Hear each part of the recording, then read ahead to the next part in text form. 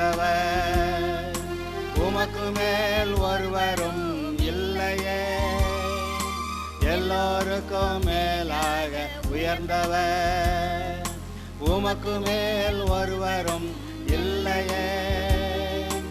அல்லேலூயா, அல்லேலூயா, அல்லேலூயா, ஆமென்.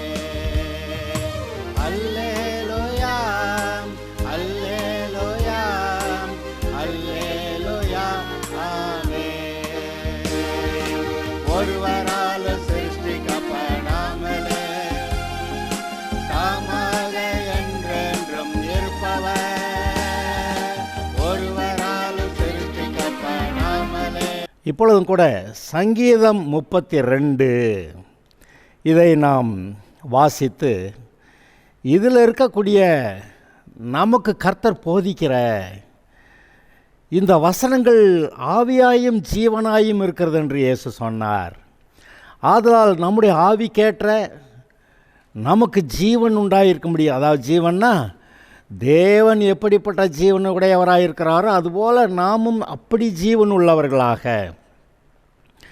மிகவும் திருப்தியாக எல்லா விதத்தில் நன்றாக வாழ்ந்திருக்க கிருபை கொடுக்கிறார்.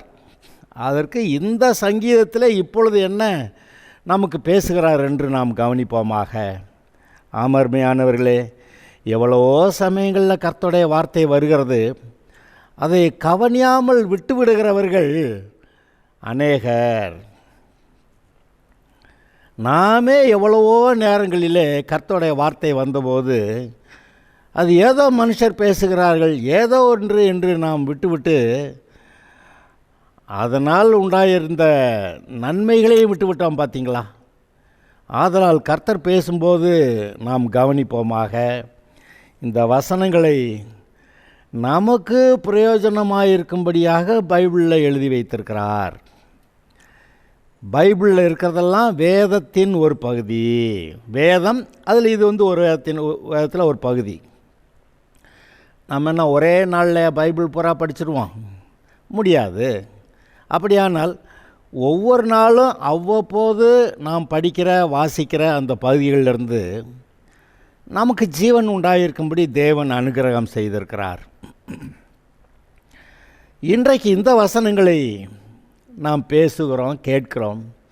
இதிலே நமக்கு ஜீவன் உண்டு, சமாதானம் உண்டு, சுகம் உண்டு, விடுதலை உண்டு, ஆசீர்வாதம் உண்டு. அதை நாம் பெற்றுக்கொள்வோமாக. ஒரு நிமிஷம் கர்த்தாவே என்னையும் என்னுடைய குடும்பத்தையும் என் சம்பந்தப்பட்ட எல்லாவற்றையும் கர்த்தரிடத்தில் அர்ப்பணிக்கிறேன். நான் உமக்கு உள்ளாக எங்களுடைய எல்லா பாதுகாப்பையும் கொண்டு வந்து வைக்கிறேன். நீர் எங்களை பாதுகாத்து எங்களை ஆசீர்வதிக்கிறவர். அப்படியே செய்யும். நாங்கள் உமக்கு மகிமையாக வாழட்டும். ஆம் கர்த்தாவே, இயேசுவின் நாமத்தில் பிதாவே. இப்படி ஒரு ஜெபத்தை இப்பொழுது நம்ம பண்ணியிருக்கிறோம். இந்த ஜெபத்தையும் கூட கர்த்தர் கேட்டிருக்கிறார். ஆதலால் இந்த வசனங்களை கேட்டுக்கொண்டிருக்கிற உங்களுக்கு ஒரு பெரிதான ஆசீர்வாதம் இந்த செய்தியிலே உங்களுக்கு இருக்கிறது. மஸ்கில் என்னும் தாவீதின் போதக சங்கீதம். இந்த சங்கீதத்துக்கே பேர் மஸ்கில்னு வச்சுருக்காங்க. அது என்னன்னு தெரியல. ஆனால் தாவீதின் போதக சங்கீதம். தாவீது போதனையாக அவன் தனக்குத்தானே போதனையாகவும் சொல்லிக்கொள்ளலாம், அல்லது அந்த சங்கீதத்தை எழுதி அந்த இஸ்ரவேல் ஜனங்கள் எல்லாரும் கேட்கும்படியாக அந்த சங்கீதத்தை பாடுவாங்களே, அந்த பாட்டு இஸ்ரவேல் தேசத்து மக்கள் எல்லாருடைய வாயிலும் இருக்கும். பார்த்தீங்களா? தாவீது ஒரு சாதாரண ஆள் அல்ல. இன்றைக்கி ஏதோ சினிமாவில் ஒரு ஆள் நல்ல பாட்டு பாடுறாங்கன்னொன்னே அது பெரிய ஹிட்டுங்க என்று சொல்லி அந்த ஹிட்டுன்னு அந்த பாட்டை எத்தனை தடவை கேட்குறாங்க. ஆனால் இஸ்ரவேலிலே ராஜாவாய் இருக்கிற தாவீது அந்த காலங்களிலே பெரிய ஆசீர்வாதமாய் தேசத்தை நடத்தி கொண்டிருந்தவன். அவன் பாருங்க, இப்பேற்பட்ட ஒரு சங்கீதத்தை பாடி அது ஆலயத்திலே வருகிறவர்களுக்கு பாடப்படுகிறது. எல்லாரும் அதை இவருக்கு இது ஒரு வாத்திய கருவியினால் இசைக்கப்படுகிற பாடல். இன்றைக்கி என்னமோ வாத்திய கருவி, இன்றைக்கி பெரிய பெரிய மியூசிஷியன்ஸ் எல்லாம் சொல்கிறான். ஆனால் தாவீது காலத்தில் எத்தனை மியூசிஷியன்ஸை இருந்து வச்சு அங்கே கர்த்தருக்கு பாடலை பாடணும்னு, அதை துதிக்கணும்னு தாவீது ஏற்பாடு பண்ணியிருந்தான்னு நீங்கள் பைபிளில் வாசிக்கலாம். அதுபோல் அந்த காலங்களிலேயே இந்த மியூசிக்கெல்லாம் போட்டு இந்த கீத வாத்திய கருவியில் வாசித்து இந்த டியூனில் போடணும் அப்படியெல்லாம் சொல்லப்பட்ட இதே மாதிரி இந்த சங்கீதங்கள் அதெல்லாம் இருக்கே. அப்படியானா அன்றைக்கு இஸ்ரவேலருடைய வாயில் இதுபோல் சங்கீதங்கள் பாடலாம் அவங்க பாடியிருப்பாங்க. இந்த காலங்களில் சினிமா பாட்டை பாடிக்கிட்டு இருக்காங்க, அல்லது சபையில் இது போல் பாடல்களை பாடிக்கொண்டு இருக்கிறாங்க. இந்த சபையில் பாடுகிற பாடல்கள் கூட சில சமயத்தில் ரொம்ப மனிதர்களுடைய இருதயத்தை தொட்டு விடுகிறது. ஆதலால் அந்த பாட்டை ரொம்ப போட்டு பாடுவாங்க. அடுத்த இதை விட நல்ல பாட்டு வர வரைக்கும் அந்த பாட்டை பாடிட்டு இருப்பாங்க. ஆமாம் அருமையானவர்களே, இப்படி ஒரு பாடல் இஸ்ரவேல் தேசம் எங்கும் அந்த மக்களால் பாடப்பட்டு, அதாவது போதக சங்கீதம்னு இருக்குது பார்த்தீங்களா. இந்த பாடலை பாடும்போதே ஒரு போதகம் அவர்களுக்குள்ளே வருகிறது, கர்த்தருடைய போதனை வருகிறது. ஆதலால் இதை நினைத்து பாருங்கள். எங்கே இந்த சங்கீதத்துக்குள்ளே போகலாமா? எவனுடைய மீறுதல் மன்னிக்கப்பட்டதோ, எவனுடைய பாவம் மூடப்பட்டதோ அவன் பாக்கியவான். எவனுடைய அக்கிரமத்தை கர்த்தர் எண்ணாதிருக்கிறாரோ, எவனுடைய ஆவியில் கபடம் இல்லாதிருக்கிறதோ அவன் பாக்கியவான். இந்த 2 வசனங்களை நீங்கள் வாசிக்கும்போது ஒன்று விளங்கணும். எவனுடைய மீறுதல் மன்னிக்கப்பட்டதோ, எவனுடைய பாவம் மூடப்பட்டதோ அவன் பாக்கியவான். மீறுதல் எது? ஒரு சட்டத்தை மீறுறது. இப்போ தேவனுடைய சட்டங்களை மீறினா அதுக்கு கிடைக்கிறது என்னது? அடிதான். தண்டனை வருகிறது. 10 கற்பனைகள், அதை 10 கட்டளைகள்னு நீங்கள் சொல்லலாம். அந்த சட்டங்களை மீறும்போது என்ன கிடைக்கும்? இன்றைக்கும் நம்ம தேசத்தில் சட்டங்களை மீறும்போது எவ்வளவோ தண்டனை, அதற்கான தண்டனைகள் வருகிறது பார்த்திங்களா. இங்கே மனிதர்களுடைய பாவம், மனிதர்களுடைய மீறுதல்கள், இந்த இடத்துல அக்கிரமம், மீறுதல், பாவம், அக்கிரமம், கபடம், இந்த 4 வார்த்தைகள் இந்த முதல் 2 வசனத்தில் வருது. எவனுடைய மீறுதல் மன்னிக்கப்பட்டதோ, எவனுடைய பாவம் மூடப்பட்டதோ அவன் பாக்கியவான்.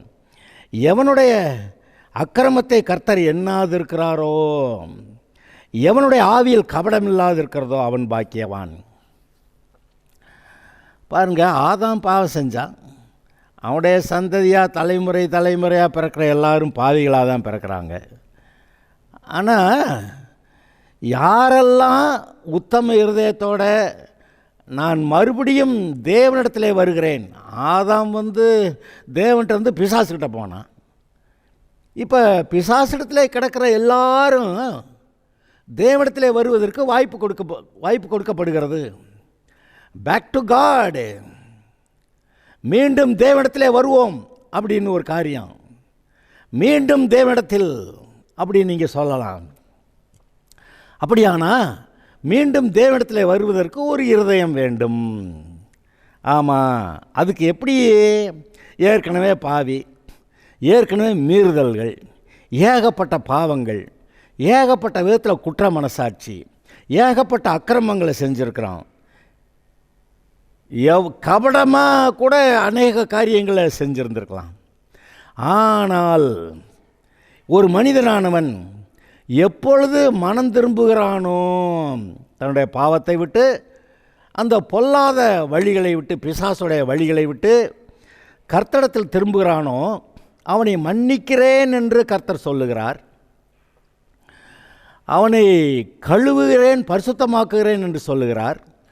மறுபடியும் ஆதாம் இழந்து போன அந்த நன்மைகளையும் தருவேன் என்று சொல்லுகிறார். அவன் இழந்து போன அந்த அந்தஸ்து, தேவனுடைய பிள்ளை என்ற அந்தஸ்து, அதையும் கிடைக்க பண்ணுகிறேன் என்று சொல்லுகிறார். நம்ம எல்லாம் வாசிச்சிருக்கோம், கிறிஸ்துவுக்குள் புது சிருஷ்டி அப்படின்னு, பழையவைகள் ஒழிந்தன எல்லாம் புதிதாயினன்னு. உங்களுடைய பழையவைகள் ஒழிந்தனன்றார்ல. பழைய காரியங்கள், பழைய பாவங்கள், பழைய மீறுதல்கள், பழைய அக்கிரமங்கள், பழைய கபட காரியங்கள் எல்லாம் ஒழிந்தது என்று சொல்லுகிற ஒருவர் இங்கே வருகிறார். என்ன சொல்கிறாரு? மனம் திரும்பி என்கிட்ட வந்தா நான் இதெல்லாம் செய்வேன்னு சொல்லியிருக்கிறார்.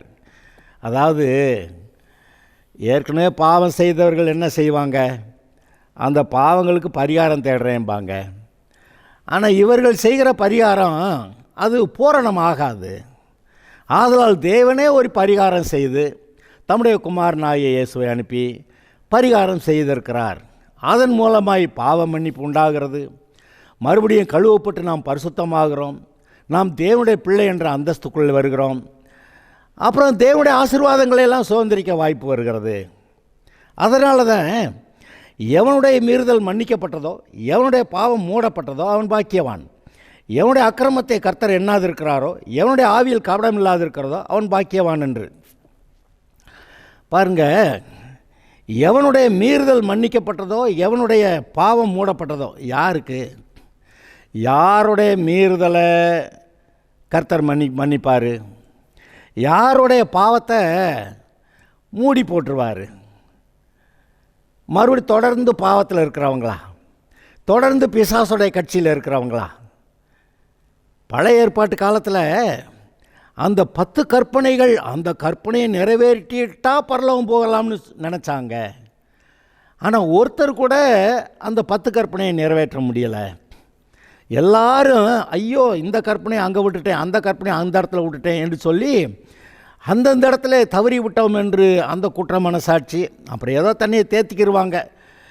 நியாயப்பிரமாணத்தின்படி நான் எல்லாம் சரியாக நடக்கிறேன் அப்படி சொல்லிக்கிடுவாங்க. ஆனாலும் நியாயப்பிரமாணத்தை நிறைவேற்றிய ஒரே ஒரு ஆள் இயேசு கிறிஸ்து மட்டுமே. கடைசி பரியந்தமும் தன்னை பரிசுத்தமாய் காத்துக்கொண்டு சிலுவையிலே மனிதனுடைய பாவங்களுக்காக பரிகாரம் செய்து முடிவிலே பிதாவே என்னுடைய ஆவியை உம்மிடத்திலே ஒப்புவிக்கிறேன் என்று சொல்லி அப்படி போனதுனால அந்த இடத்துல அவர் ஒருவரே அப்படி சரியாக நிறைவேற்றியிருக்கிறார். மற்றபடி பாவமே செய்யாத ஒரு ஆளை பூமியில் நம்ம பார்க்க முடியுமா? இல்லையே. அப்படியானால் எல்லாரும் பாவிகள்னால் போங்க நரகத்துக்கு அப்படின்னா சரி போய் தான் ஆகணும். ஆனால் இங்கே ஒருவர் வருகிறார், நான் உன்னை மன்னிக்க ரெடி. நீ பாவத்துக்கு பரிகாரமெல்லாம் பண்ண வேண்டாம், ஒன்றும் செய்ய வேண்டாம், அது முடியாது உன்னால். நான் உன் பாவத்தை மன்னிக்க ரெடி. ஆனால் நீ இன்னமேல் என் கூட இருப்பியா? கண்டிஷன். இருதயத்தில் சுத்தமுள்ளவர்கள் பாக்கியவான்கள், அவர்கள் தேவனை தரிசிப்பார்கள். எவர்கள் தேவனுடைய ஆவியினாலே நடத்தப்படுகிறார்களோ அவர் தேவனுடைய புத்திரராயிருக்கிறார்கள். அப்போ மனம் திரும்பி சுத்த இருதயம் வேணும். அதுக்கு பிறகு அவருடைய ஆவியினால் நம்ம நடத்தப்படணும். இந்த 2 தான் கேட்குறாரு. இப்படி கேட்டால் அவர் மன்னிக்கிறாரு. என்னிடத்துல வருகிற ஒருவனையும் நான் புறம்பே தள்ளுவதில்லை அப்படி சொல்லிட்டாரு. அவர்கிட்ட உண்மையான சொல்லுது, தன் பாவத்தை மறைக்கிறவன் வாழ்வடைய மாட்டான், ஆனால் அறிக்கை செய்து விட்டு விடுகிறவன் இரக்கம் பெறுவான். அப்படியானா இங்கே பாவம் மன்னிக்கப்படுகிறதற்கு ஒரு வாய்ப்பு வருகிறது. பாருங்கள், எஜமான் பார்த்து குற்றம் செஞ்சவனை அடி வெளுத்தலாம். அதே சமயத்தில் சரி தெரியாமல் செஞ்சு தொலைச்சிட்டான் விடு அப்படின்னு சொல்லி மன்னிக்கவும் வாய்ப்பு இருக்கிறது. இந்த இடத்துல கர்த்தர் நான் உன்னை மன்னிக்கிறேன் என்று சொல்லுகிறார். ஆதலால் தான் எவனுடைய மீறுதல் மன்னிக்கப்பட்டதோ, எவனுடைய பாவம் மூடப்பட்டதோ அவன் பாக்கியவான். அன்றைக்கு இஸ்ரவேலருடைய வாழ்க்கையை கவனிச்சிங்கன்னா அங்கே கர்த்தருடைய ஆசரிப்பு கூடாரம் இருந்தது. வெளிப்பிரகாரம், அப்புறம் பிரகாரம், அப்புறம் உள் பிரகாரம், அதாவது பரிசுத்த ஸ்தலம், மகா பரிசுத்த ஸ்தலம். அந்த மகா பரிசுத்த ஸ்தலத்தில் கர்த்தருடைய பெட்டி, அதில் 2 கேருபீன்கள், கிருபாசனம், அங்கே கர்த்தர் வாசமாயிருப்பார். அந்த பெட்டிக்குள்ளே என்ன இருந்துச்சு? கர்த்தருடைய 10 கற்பனைகள். அப்புறம் பின்னாடி காலங்களில் ஒரு ஓமர் அளவுக்கு மண்ணா, அப்புறம் இந்த கீழ்ப்படியாமல் போன அந்த 12 கோத்திரங்கள், 11 கோத்திரம் கீழ்ப்படியாமல் போச்சு இல்லையா, அந்த அவர்கள் வைத்திருந்த அந்த கோல், அந்த அவங்க கோல்லாம் தூக்கி போட்டாச்சு. ஆனால் ஆரோனுடைய கையில் இருந்த கோல் மட்டும் துளிர்த்திருந்தது பார்த்தீங்களா, அந்த கோல். ஆக அந்த கர்த்தருடைய பெட்டிக்குள்ளே என்னென்ன இருந்துச்சு? அந்த 10 கற்பனைகள் எழுதின கற்பலகைகள், அப்புறம் இந்த ஒரு ஓமர் அளவுள்ள மன்னா, கர்த்தர் எப்படி வனாந்தரத்தில் மன்னாவினால் போஷித்தார்னு, அப்புறம் இந்த ஆரோனுடைய தளிர்த்த கோல், ஏன்னா மீதி எல்லோரும் அடங்காத நாங்கள் இல்லையா, நாங்களும் வந்து அங்கே ஆலயத்தில் வந்து நாங்களும் வேலை செய்வோம். ஆசாரியன் நீ மட்டும் என்ன, நாங்களும் தான் சபையார் எல்லோரும் பரிசுத்தம், நீ மட்டும் என்ன ஸ்பெஷலாக அப்படின்னு சொல்லி தகராறு பண்ணி வந்தபோது அப்போ கர்த்தர் மோசேக்கிட்ட சொன்னார். மோசே சொன்னபடி ஆளுக்கு ஒரு கோத்திரத்துக்கு ஒரு கோல் கொண்டு வந்து வச்சுருந்தாங்க. அடுத்த நாள் காலையில் பார்த்தபோது ஆரோனுடைய கோல் மட்டும் துளிர்த்திருந்தது. அது பூத்து காய்த்து பழத்தோடு இருந்தது. ஆதலால் கர்த்தர் ஆரோனை தெரிந்து கொண்டார் என்று அன்றைக்கு வெளியானது.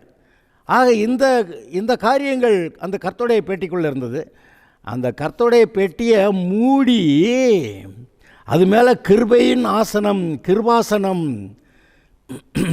அந்த கிருபாசனத்தின் மேலே கர்த்தர் வீற்றிருந்தார்.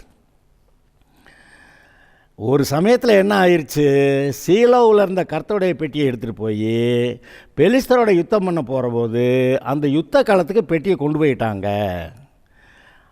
அப்போ அந்த பெட்டி அங்கே பெலிஸ்தருடைய கண்ட்ரோலில் 7 வருஷத்துக்கு போயிடுச்சு. ஏன்னா இதுவர்களுடைய இஸ்ரவேலருடைய பாவம், அந்த ஏலி ஆசாரியன் அவனுடைய பாவம், அவனுடைய பிள்ளைகளுடைய பாவம். நான் இங்கே இருக்க மாட்டேன் அப்படின்ட்டு கர்த்தர் அந்த சீலோவில் இருந்த ஆலயத்தை விட்டு வெளியேறி போயிட்டாராம். அதாவது பெட்டியை அவங்க கொண்டு போனதாக எழுதியிருக்கு, ஆனால் கர்த்தர் போயிட்டாருன்னு பைபிள் சொல்லுது. கடைசியில் 7 வருஷம் கழித்து அந்த பெலிஸ்தரை இந்த பெட்டி இங்கே இருந்தால் நமக்கு பிரச்சனை என்று சொல்லி பெட்டியை எடுத்து இஸ்ரவேல் பக்கம் அனுப்பி விடுறாங்க. அந்த கதையெல்லாம் நீங்கள் வாசிச்சிருப்பீங்க, நான் அதில் போக விரும்பலை. அந்த வண்டி வந்து பெத்ஷிமேஸில் வந்து நின்றுச்சான். அங்கே விவசாயத்தில் வேலை பயிர்களை பார்த்து கொண்டிருந்தவர்கள், வேலை செய்து கொண்டவர்கள் வந்து கர்த்தருடைய பெட்டியை கண்டவங்க ரொம்ப சந்தோஷப்பட்டாங்களாம். ஆனால் என்ன நடந்தது, பெட்டியை திறந்து பார்த்தார்கள். அப்பொழுது இத்தனை 1000 பேர் கர்த்தரால் அடிக்கப்பட்டார்கள் என்று எழுதியிருக்கிறது. ஏங்க கர்த்தருடைய பெட்டியை திறந்தால் அந்த பெத்ஷிமேஸ் மக்கள்லாம் இத்தனை 1000 பேரை கர்த்தரை அடித்து விட்டார் என்று வருகிறது, அது என்ன சங்கதி என்று கேட்டால், அங்கே கர்த்தருடைய பெட்டிக்குள்ளே இருந்தது என்னது, இந்த 10 கற்பனைகள். இந்த 10 கற்பனையெல்லாம் சொல்லுது, இவன் அதில் கீழ்ப்படியில், அவன் அதில் கீழ்ப்படியில், இவன் இந்த கற்பனையை கீழ்ப்படியில், இவன் அந்த கற்பனையை கீழ்ப்படியில், இத்தனை பேர் இத்தனை கற்பனையை அவன் வந்து கீழ்ப்படியில் அப்படின்னு அது கூப்பாடு போடுது. கர்த்தருடைய சமூகத்தில் இத்தனை பேரும் பாவிகள் அப்படின்னு அது சொல்லுது. பாவிகள்னு சொல்லி வெளிப்பட்டதுனால அங்கே அவ்வளவு பேர் அடிபட்டார்கள். அதனால் கர்த்தர் என்ன பண்ணி வச்சுருந்தார், 10 கற்பனை இருக்குப்பா, ஆனால் அதெல்லாம் மூடி வச்சிடுறேன் அப்படின்னு மூடி வச்சு அது மேலே கிருபை ஆசனத்தை போட்டு அது மேலே தான் கர்த்தர் வீட்டிருக்கிறார், யாரும் அதை தொட முடியாது. ஆனால் இந்த ஆட்களுடைய சூழ்நிலையில் அதை திறந்து பார்த்துட்டாங்க. அந்த 10 கற்பனைகள் சொல்லுது இவங்க எல்லாம் கீழ்ப்படியாதவர்கள்னு. உடனே அங்கே தண்டனை வருகிறது. எவனுடைய பாவம் மூடப்பட்டதோ,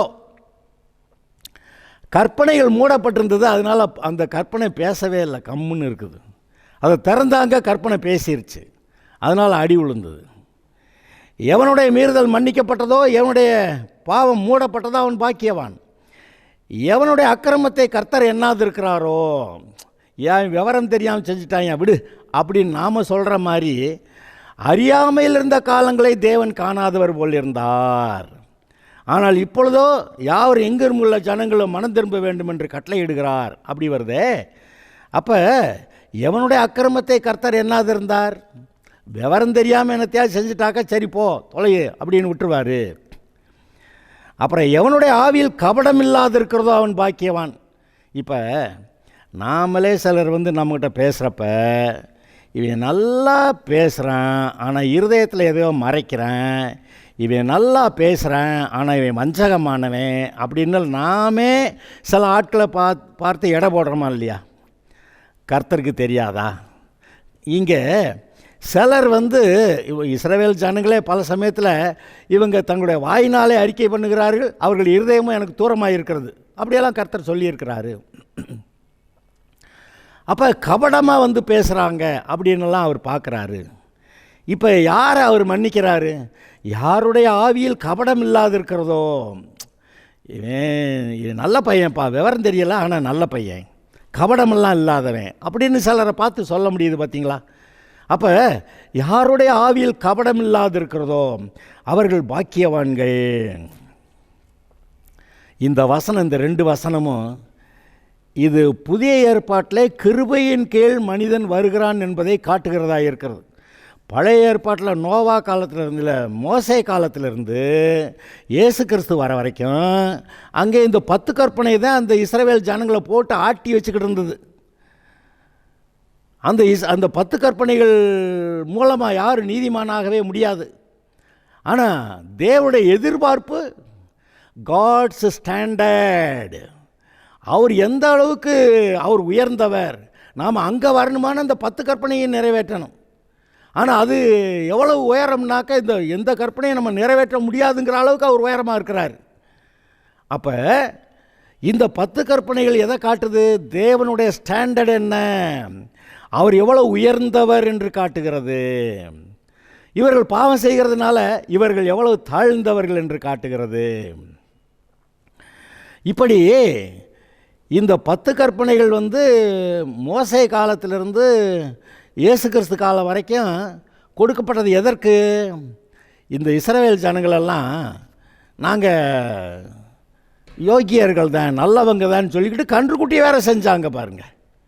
வனாந்தரத்தில் எகிப்திலிருந்து விடுதலையாக்கி கொண்டு வந்தபோது அவர்கள் கன்றுக்குட்டியை செய்து அதற்கு டான்ஸ் ஆடிக்கிட்டு இருக்கிறாங்க, பண்டிகை கொண்டாடுறாங்க.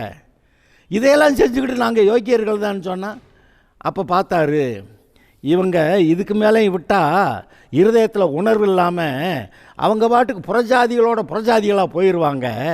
அதனால் இவர்களுக்கு ஒரு ஸ்டாண்டர்ட் போடணும், கர்த்தருடைய வழியில் வரணுமானா இதெல்லாம் இப்படி இருக்கணும் என்று சொல்லி 10 கற்பனைகளை கொடுத்தார்.